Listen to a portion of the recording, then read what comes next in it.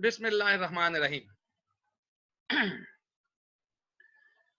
As we have 20 participants and no use of waiting for others, so we will start our lectures. So the lecture is about lining denture materials or denture lining material. Now, previously we have discussed the hard lining material. Now, and the other one, what is? Temporary soft lining. Temporary soft lining material. And now? Permanent soft lining material. Now we are discussing permanent soft lining material. Permanent lining materials are specially for those patients who cannot, क्या कर सकते हैं जी, who cannot tolerate a hard base जी. और कहाँ पे होता है बात, इसके ऊपर बात हो चुकी थी कि पेशेंट हैज इरेगुलर और sharp mandibular alveolar ridge covered by a thin और रिलेटिवली नॉन रेजिलिएंट म्यूकोजा. ठीक है ना जी, इसके ऊपर हम पहले बात कर चुके हैं सारी. अच्छा जी, नाउ उसमें होता क्या है कि उसको बहुत ज्यादा पेन होता है पेशेंट को जब वो मैस्टिकेशन सिर्फ करता है. ये नहीं कि कोई सख्त चीज, सिंपल खुराक खाने की कोशिश करता है, इवन चावल जो है वो भी खाने की कोशिश करता है तो उसको बहुत ज्यादा पेन होता है. तो वहां पे हमें क्या होता है, it become imperative to provide him a denture with a soft lining material. अच्छा जी, ये सॉफ्ट लाइनिंग मटेरियल है, कुछ परमासॉफ्ट है, ये पाउडर लिक्विड फॉर्म में है और ये उसके साथ उन्होंने मयरिंग के लिए वो दिए हुए हैं कुछ. ये एक जार है, ये लिक्विड के लिए, ये पाउडर के लिए. ये दूसरा है सिलिकॉन बेस्ड मटेरियल, इसकी एक ये जीसी का है और इसमें एक और है कमर्शियल नेम उसका, ये है क्या उसको कहते हैं, मोलोप्लास्ट.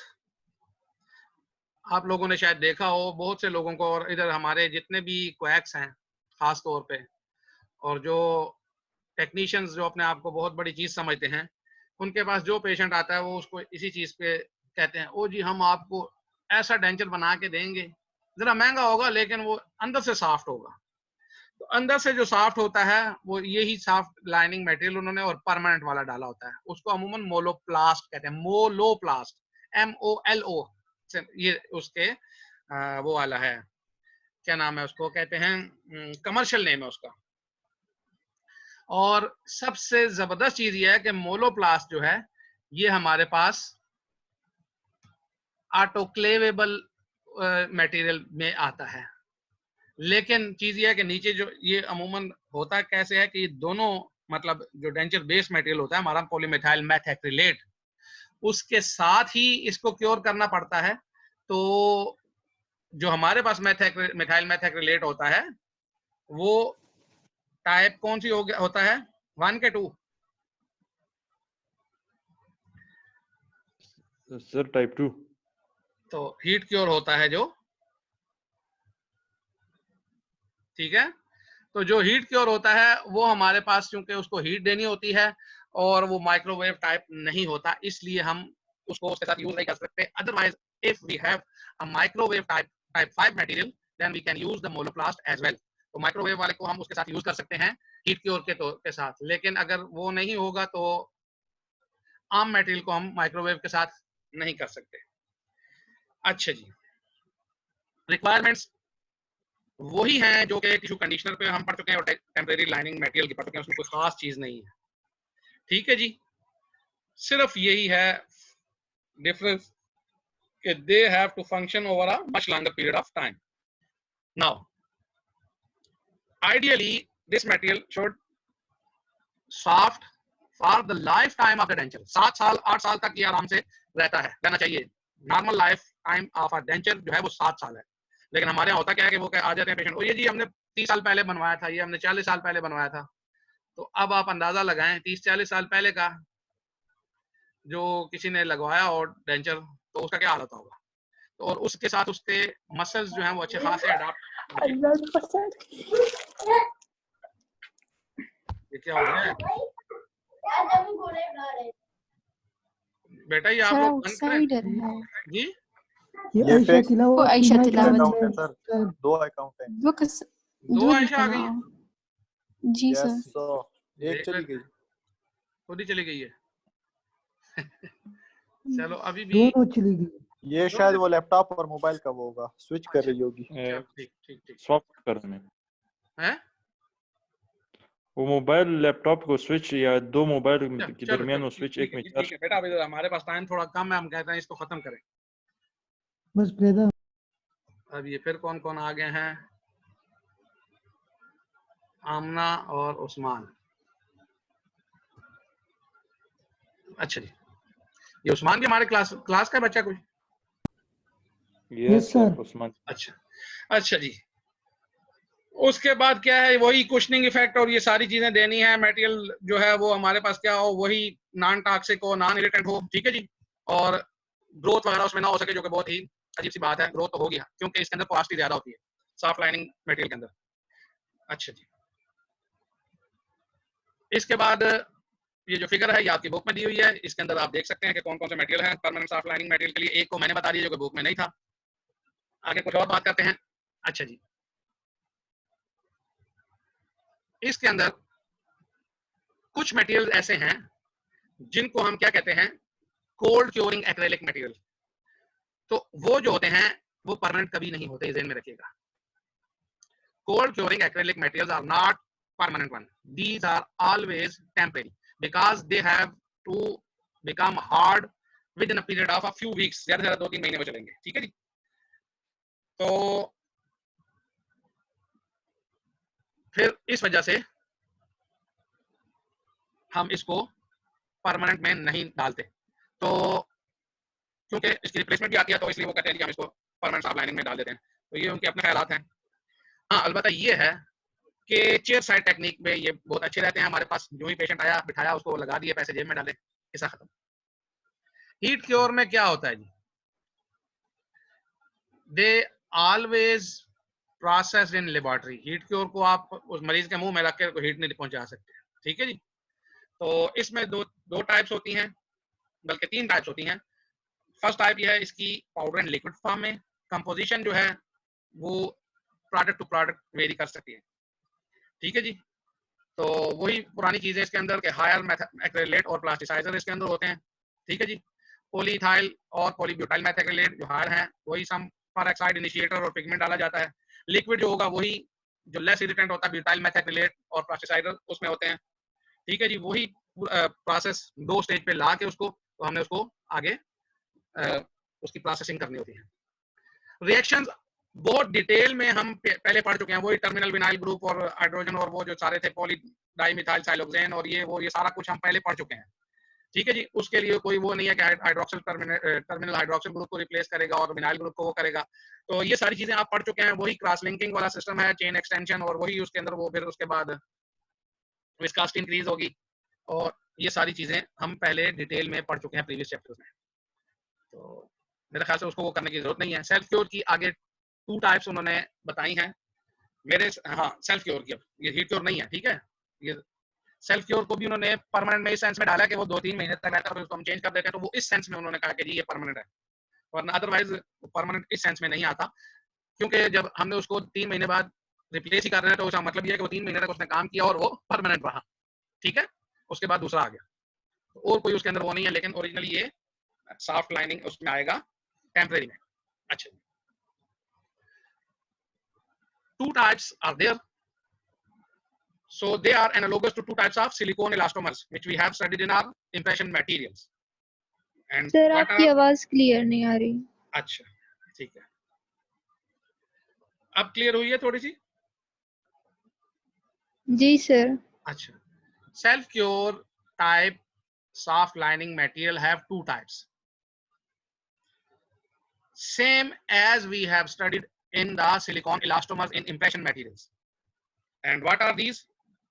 Condensation curing type, and the other one is, जी कौन सा था मेटेरियल कंडेंसेशन के बाद? Addition curing type. ठीक है जी, कंडेंसेशन और एडिशन दो ही टाइप्स हैं और तो कुछ नहीं है ना जी। तो वही उसमें वही पुरानी चीजें, वही हाइड्रोक्सिल टर्मिनेटेड पॉलीडाइमिथाइल साइलोक्सेन, क्योंकि इसमें ये चीज है, और लिक्विड पॉलीमर और इनर्ट फिलर्स भी इसमें कुछ ना कुछ होते हैं। ठीक है जी। And the liquid contain mixture of cross linking agent. And what is the cross linking agent? These are tetraethyl silicate and catalyst, which is tin compound or organotin compound, and और कौन सा हमारे पास डाई ब्यूटाइल टिन डाइलारेट, ये हम सारा impression material में पढ़ के आ चुके हैं। ठीक है जी। वही चीज जब हम उसको मिक्स करते हैं, क्रॉस लिंकिंग रिएक्शन शुरू होता है और alcohol is produced as a by product. इसमें क्या होगी? अल्कोहल, जैसे हमारे उसमें होती थी। इसको जरा सा बड़ा कर लेते हैं, देख लें। सॉफ्ट लाइनर्स की उन्होंने टाइप्स बताई हैं। ठीक है जी। Number 1 is acrylic, cold cure and heat cure. तो ये ओरिजिनली एक्रिलिक जो होता है, कोल्ड क्योर और हीट क्योर वाले में क्या होता है, हमने जो बात की थी कि इसके अंदर हमारे पास मोनोमर नहीं होता, अल्कोहल होते हैं। उसके बाद सिलिकॉन अगर आ जाएंगे तो उसमें एक हीट क्योर होगा, एक कोल्ड क्योर होगा, और कोल्ड क्योर में फिर क्या होगा? वही depending upon their reaction, condensation and addition type of material. And the last one is polyphosphazene. Polyphosphazene, अब ये चैप्टर जो है ये बड़ा एक अजीब सा चैप्टर है, इसके बारे में आखिर में जरा बात करता हूं। इसमें कुछ चीजें ऐसी बताई गई हैं कि जो लिखने वाले को भी पता नहीं है कि मैं क्या लिख गया हूं, और बड़ा कंफ्यूजिंग किस्म का सिस्टम है। रिएक्शन जो है जी, क्रॉस लिंकिंग में क्या होता है, वो रबर के अंदर कन्वर्ट कर देती है। उसके अंदर क्या हो जाता है? इलास्टिसिटी बहुत ज्यादा हो जाती है। ऐसे ही होता है ना। तो इसकी वजह से addition curing silicones only recently become available as denture soft lining material. ये तो ये कह रहे हैं, लेकिन हमारे पास जो मैंने आपको बताया है मोलोप्लास्ट, उसमें कमाल की बात यह है कि वो वाहिद मटेरियल है कि जिसको हमें मिक्स नहीं करना पड़ता, पेस्ट फॉर्म में अवेलेबल है, और कंडेंसेशन टाइप का वो है, एडिशन टाइप नहीं है, मैंने जहां तक मेरी मालूमात है उसके बारे में। अच्छा जी। Now they are supplied as two paste. लाजिम बात है, ये जो हमारा एडिशन क्योरिंग है टू पेस्ट में होगा, और फिर उनको वही हमने मिक्स करना है। इसके अलावा कार्ट्रिज सिस्टम हम पीछे आपको दिखा चुके हैं, वो भी है। Now cold curing silicones are cured at room temperature. ठीक है जी। और जो हीट क्योर हैं वो ऑब्वियसली वो दूसरी हीट जहां पे हमें अवेलेबल होगी वो लैब में होंगे। कोल्ड क्योरिंग को भी इन्होंने कहा है जनरली प्रोसेस इन लेबोरेटरी, लेकिन कोल्ड क्योरिंग के अंदर हमें कोई जरूरत नहीं होती लेबोरेटरी में ले जाने की। ठीक है जी। चेयर साइड भी कर सकते हैं। हाँ, चेयर साइड भी कर सकते हैं, लेकिन इन्होंने ये भी लिख दिया है इट इज अगेन द, ये हमने चैप्टर 2 में ये डिस्कस कर चुके हैं, इलास्टिक और विस्को इलास्टिक प्रॉपर्टीज को। तो ये यहाँ पे एप्लीकेबल है। वहां पे तो आदमी को कहता है ना कि यार ये क्या है, ये हम क्या इसको पढ़ रहे हैं, लेकिन यहाँ पे वो एप्लीकेबल है। प्रोसेसिंग में क्या होता है? सीधी सी बात है जी, कास्ट विद डेंचर्स। कास्ट से मुराद हमने इंप्रेशन ले लिया पेशेंट का, ये हीट क्योर की हो रही है, सेल्फ क्योर में भी हम कर सकते हैं। तो अगर उसके मुंह में मरीज को, पेशेंट को अगर कुछ तकलीफ है, या पेशेंट बहुत ज्यादा बूढ़ा है, या वही प्रॉब्लम कि अगर उसको बोन जो है उसकी जो है शार्प है, तो हम क्या करेंगे, पेशेंट के इंप्रेशन ले लेंगे, उसके बाद उसकी कास्ट कर लेंगे, या मॉडल, जिसको मॉडल और कास्ट एक ही चीज होती है, ध्यान में रखिएगा। And then we have to mount it on an articulator. Articulator ऐसी चीज होती है जिसमें ऊपर नीचे दोनों हम जो है ना कास्ट को वो कर माउंट कर देते हैं, और उसके ऊपर हम कोई भी चीज रख के हमारे पास वो एक्चुअल उसका तकरीबन जो क्लोजिंग ऑफ द माउथ होती है वो हमारे पास आ जाती है, तो इसको हम आर्टिकुलेटर कहते हैं। ये आपकी डेंटल किट में होगा अगर आप देख सकें तो, अगर आप लोगों ने ली हुई है तो। यस, आपने दिखाई थी पहले वो तस्वीर में। हाँ बेटा, तो अब वो हो गया ना। और कल मैंने पिक्चर भेजी है, वो मैंने एक डेंचर बनाया हुआ है उसकी भी, और मैंने पार्शियल डेंचर्स की भी, और उसमें ट्रांसपेरेंट जो है वो भी हमने आपको दिखाने की कोशिश की है। और दूसरे भी जो थे, एक साइड पे वो जो था पिंक कलर था, दूसरी तरफ ट्रांसपेरेंट था, मिथाइल मेथाक्रिलेट, ये दोनों ही वही मटेरियल है। अच्छा जी, उसके बाद क्या होता है जी, उनको जब हो करके फ्लूइड सा मिक्स हम बना के डेंचर की जो फिटिंग सरफेस है उसके ऊपर अप्लाई करके उसको रीपोजिशन कर देते हैं कास्ट के ऊपर, ठीक है जी। और आर्टिकुलेटर को क्लोज कर दिया जाता है उसी एक्लूजन में जहां से हमने उसको उतारा हुआ है। तो उससे क्या हो जाता है, उसको हम अच्छे तरीके से देख सकते हैं, उसमें लेटरल कैंटमेंट हमारा नहीं होता। तो इसलिए सेल्फ क्योर में भी हम अगर लैब में करें तो वो ज्यादा बेहतर रहता है, ठीक है जी। अल्टरनेटिव मेथड जो है वो ओवरकास्ट है। ओवरकास्ट का मतलब ये है कि आपने एक कास्ट ली और उसके ऊपर एक और दोबारा कास्ट बना दी, तो उससे क्या होता है कि वो बिल्कुल सेम वही पोजीशन आ जाती है जहां पे हम ने दांत हमारे बंद होते हैं।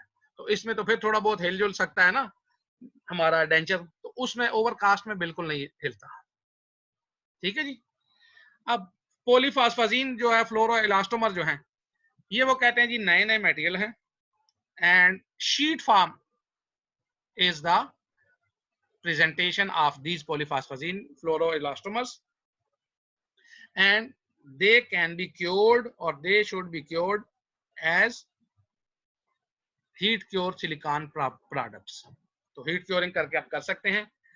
तो रिकमेंडेड क्योरिंग जो है उसकी 74 डिग्री सेंटीग्रेड फॉर 8 आवर्स और 74 डिग्री सेंटीग्रेड फॉर 2.5 2.5 आपकी बुक में लिखा हुआ है, followed by 100 degree centigrade for 30 minutes, ठीक है जी।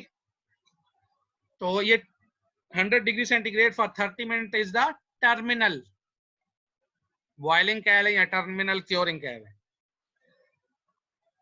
और जो अजीब बात थी वो यही थी कि कहता है there is very little detailed information about the composition of these products.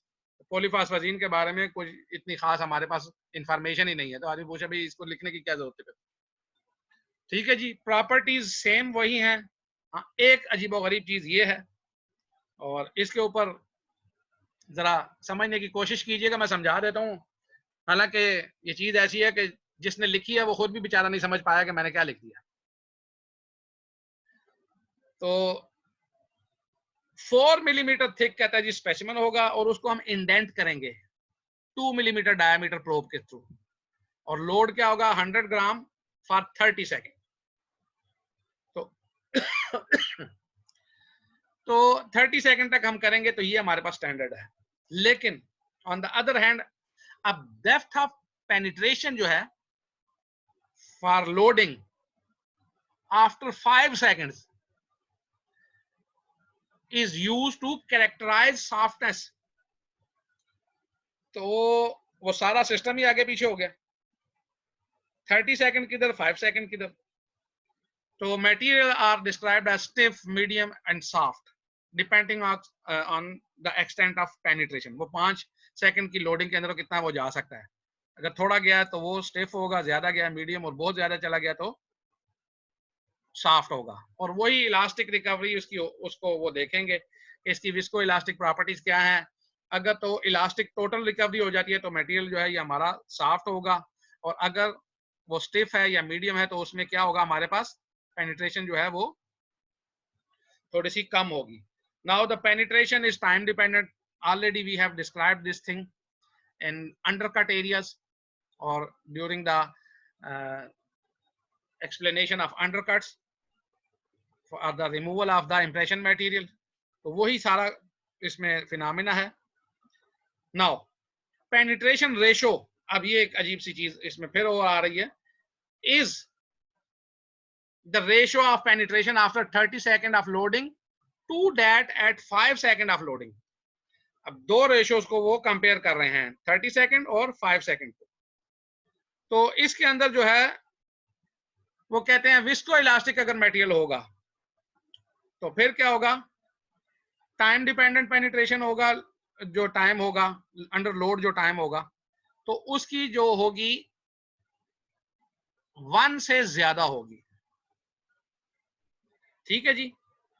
और ये जो है, ये जो इसकी पेनिट्रेशन जो वो हैं, इन्होंने जो आईएसओ ने जो हमें दी है स्पेसिफिकेशन 10139-2 रेजिलिएंट लाइनिंग मटेरियल को फॉर रिमूवेबल डेंचर के लिए, तो टाइप 1 के लिए 0.2 से 0.4 तक हमारे पास पेनिट्रेशन हो सकती है। 0.4 से 0.8 मिलीमीटर जो है ये हमारी पेनिट्रेशन, और 0.8 से 2.5 तक ये हमारी सॉफ्ट की, हमने जो कहा था। अब हाई रेजिस्टेंस टू फ्लो जो होगा वो 1.1 हमें रेशो देगा, ये दोनों की 30 सेकंड और 5 सेकंड की। और लो रेजिस्टेंस जो होगी टू फ्लो जो है, ये लो फ्लो नहीं है, ठीक है, टू फ्लो है ये लफ्ज, तो ये 1.1 से 1.75 तक जाएगी। और ये पेनिट्रेशन रेशो है, ये ज़हन में रखिएगा। ये यूनिटी का लफ्ज जो आया है इसमें, यूनिटी का मतलब 1 होता है। बिहेवियर क्या है जी इनका? जी वही सरफेस जो इंडेंटेशन है उसके बारे में वो है कि वो किस तरीके से करता है, वही कि ये जाएगा। और जो हमने पहले बात की थी कि अगर तो इलास्टिक है तो फौरी रिकवरी हो जाएगी, और अगर वो विस्को इलास्टिक है तो वो एक कर्व सी बन के आएगा, तो वही बिहेवियर ये बताएगा। अच्छा जी, और उसके अलावा ये इलास्टिक बहुत ज्यादा होते हैं, तो जिसकी वजह से they provide resistance to flow, flow नहीं करते हैं, क्योंकि अगर ये रेजिलिएंट नहीं होंगे और क्या उसको कहेंगे, इलास्टिसिटी इनमें नहीं होगी, तो ये फ्लो कर जाएंगे, प्लास्टिक फ्लो हो जाएगा उस वक्त। अच्छा जी, डेंटिस्ट जो है वो इसको एग्री नहीं करते हैं, तो वो उनका अपना काम है, ठीक है जी। तो वो सॉफ्ट मटेरियल को ज्यादातर वो उसको प्रेफर करते हैं, उसके बारे में इलास्टिक और रिटार्डेड इलास्टिक उसको वो लिफ्ट नहीं कराते हैं। नाउ इलास्टिक मटेरियल लाजमी बात है, जितना इलास्टिक होगा कुशनिंग इफेक्ट उतना ज्यादा होगा, ठीक है जी। तो ये हमारी वैसे भी रिक्वायरमेंट है। इसकी स्टेबिलिटी लाजमी बात है, स्टेबल अगर नहीं होगा तो प्रॉब्लम्स ही प्रॉब्लम्स हैं। स्टेबिलिटी में हमारे पास क्या आएगा जी, कि जितना भी ये मटेरियल अच्छे तरीके से हमारे पास रहेगा, ठीक है जी, तो उतना ही अच्छा रहेगा। कोल्ड क्योर एक्रिलिक मटेरियल जो है हमारा, वो इनिशियली हमारा जो होता है वो बहुत सॉफ्ट होता है, लेकिन सिर्फ इनिशियली ज़हन में रखिएगा, बाद में वो हार्ड हो जाता है। कोल्ड क्योर जितने भी हैं, तो इसमें हमने पहले भी बात कर चुके हैं कि जो मटेरियल जितना इनिशियली सॉफ्ट होता है, बाद में वो उतना ही हार्ड हो जाता है।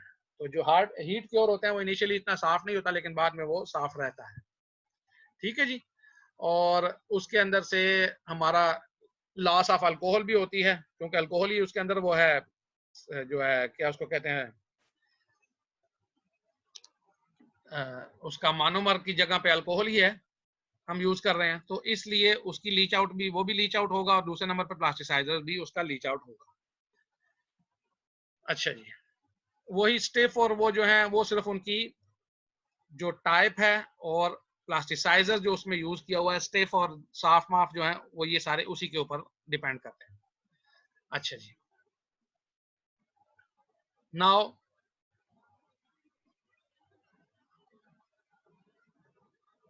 they are saying that heat curing acrylic products, जवाब याद अब आ रहा है।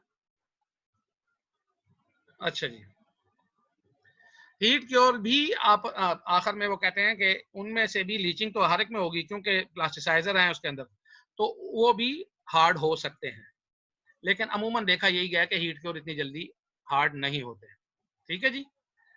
उसके बाद सिलिकॉन मटेरियल जो है वो काफी देर तक रहते हैं। ये पाउडर लिक्विड की बात हो रही थी, वो जो है वो हार्ड हो सकते हैं, लेकिन जो सिलिकॉन वाले हैं वो काफी देर तक रह सकते हैं। अच्छा जी, तो सिलिकॉन में एक और प्रॉब्लम भी ये हो जाती है हमारे पास कि वाटर एब्जॉर्ब कर लेता है, तो वही फंगल वगैरह ग्रोथ उसमें आ सकती है। तो जब फंगल ग्रोथ होगी तो उसके अलावा भी स्वेलिंग भी उसकी हो सकती है, तो उसकी वजह से उसकी शेप में भी थोड़ी बहुत, क्या हम कहेंगे, डायमेंशनल इंस्टेबिलिटी आ सकती है। नाउ डायमेंशनल स्टेबिलिटी वैसे भी उसके अंदर है, क्योंकि वो विस्को इलास्टिक मटेरियल है, और gradually it become distorted. Now again there is another property that material have to flow away from areas of greater stress. आप किसी भी चीज के ऊपर जोर से अगर कोई प्रेस करते हैं उसको, तो होता क्या है कि वो मटेरियल वहां से दूर जाने की कोशिश करता है, वहां से भाग जाता है। तो जब वहां से वो भाग जाता है तो वहां और हमें तो ये चाहिए वहीं पे जहाँ पे हमें ग्रेटेस्ट स्ट्रेस मिल रही है, तो उससे हमारा जो स्ट्रेस जो होती है, कुशनिंग इफेक्ट जो है वो हमारा खत्म हो जाता है। बॉन्ड जो होता है अमूमन ये बहुत अच्छा होता है खास तौर पे हमारे हीट क्योर का। If heat cure is not the material which we are using, then we have to use the cold curing silicone material, and it has a tendency for peel off or peel away from the base. वो उससे हट सकता है, बिल्कुल उखड़ सकता है। तो उसको बचाने की खातिर हम क्या करते हैं, उसको बचाने की खातिर हम क्या करते हैं जी, जी क्या करेंगे? पील ऑफ बचाने के लिए हमने वैक्सेस में एक चीज पढ़ी थी, सोए हुए हैं सब? No sir. हाँ, तो हमने वैक्सेस में एक चीज पढ़ी थी कि हम क्या करते होते हैं, एक वैक्स हमारी ऐसी है जो हम मटेरियल के ऊपर यूज करते हैं, वो क्या है? ऊपर से सर वो जिसके फ्लेक्स पर नहीं बनते। नहीं, हम एक ऐसी चीज यूज करते हैं कि बॉक्सिंग इन वैक्स हमने पढ़ी थी। तो उस वक्त आप लोगों ने कहा था जी बॉक्सिंग इन क्या होती है, तो बॉक्सिंग इन यही होती है कि हम उसको बॉक्स कर देते हैं। ओरिजिनली होता यह है कि जब हम सेल्फ क्योर को यूज कर रहे होते हैं तो डेंचर जो होता है उसके ऊपर ही आ जाता है, तो जब बॉक्स इन किया होता है तो उसके अंदर हम उसको चूंकि बिल्कुल उसके साथ बन जाता है, तो वो बॉक्स इन की वजह से ये, और लेकिन ये सेल्फ क्योर वो वाला जो हम लैब में कर रहे हैं, मरीज के मुंह में बॉक्सिंग इन हम नहीं कर सकते, ये भी ध्यान में रखिएगा। तो सॉफ्ट लाइनिंग मटेरियल से हम इसको रिड्यूस कर सकते हैं जब हम उसकी बॉक्सिंग इन कर देंगे, तो वो बॉक्स सा बन जाएगा, तो बॉक्स में फिर हमारे पास मटेरियल ज्यादा बाहर नहीं जाएगा और उसके ऊपर ज्यादा नहीं आएगा, तो वो बिल्कुल उसके साथ मिला हुआ होगा। ठीक है जी, और फिर उसके साथ हमें उसकी कटिंग की ज्यादा जरूरत नहीं आएगी, इसलिए बॉक्सिंग इन करते हैं। ये बॉक्सिंग इन मैं आपको किसी दिन दिखा दूंगा, इसमें कोई इतना खास मसला नहीं है। अच्छा जी,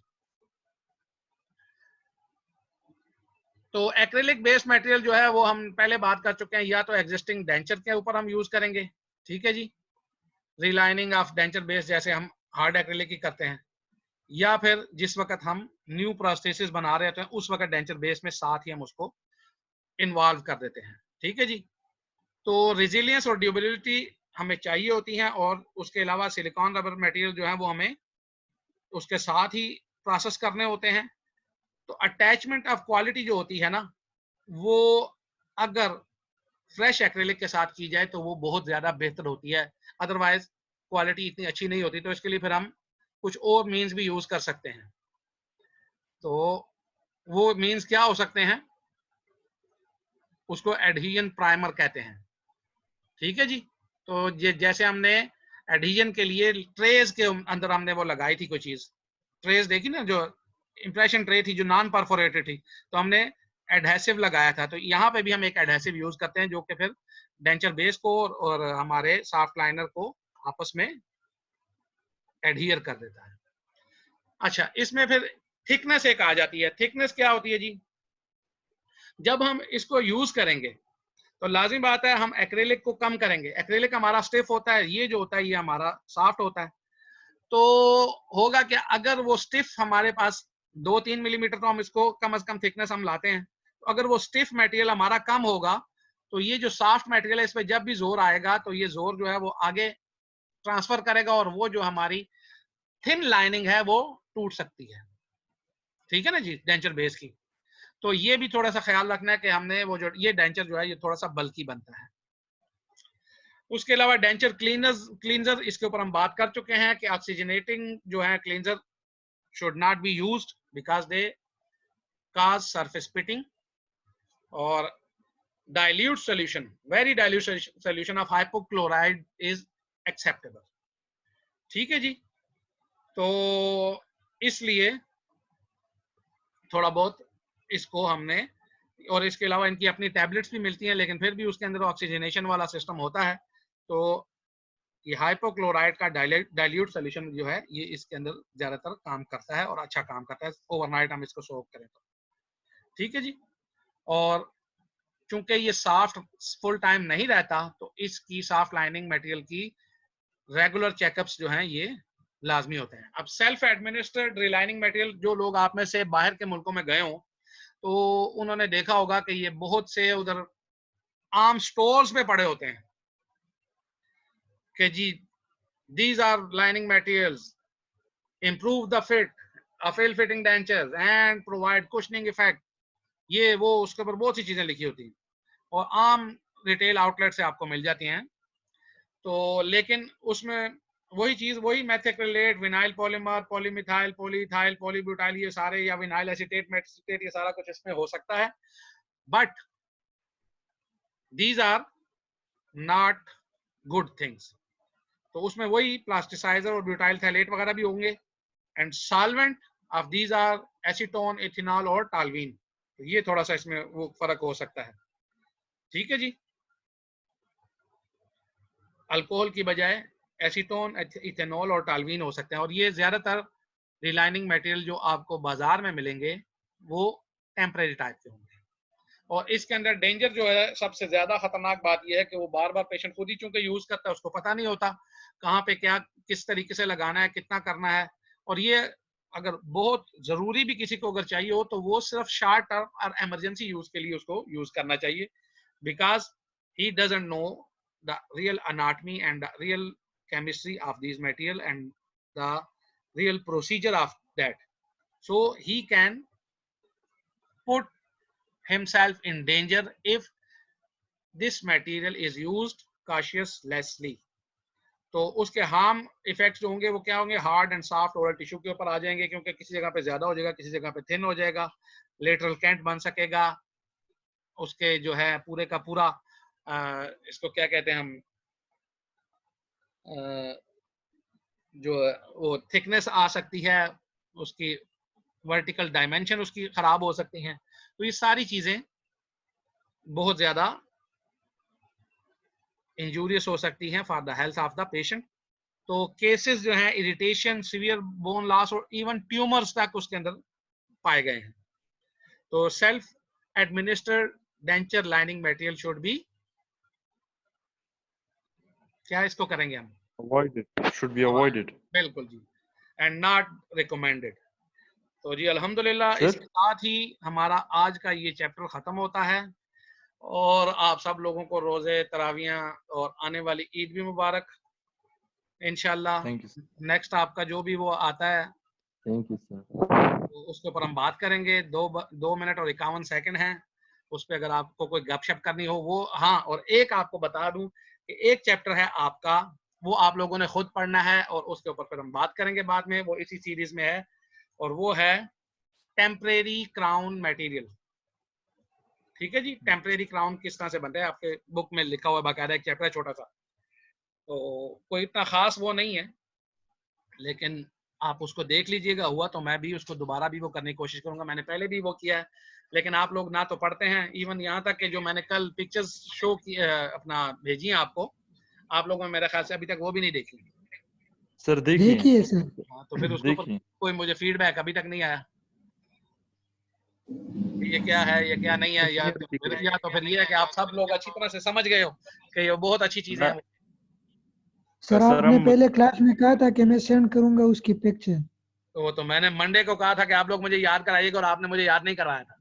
ये तो अच्छा मुझे बच्चों ने याद करा दिया कि बाबा आपने कहा था, तो मैंने कहा चलो ठीक है जी, कर देते हैं। अच्छा सर जी जी सर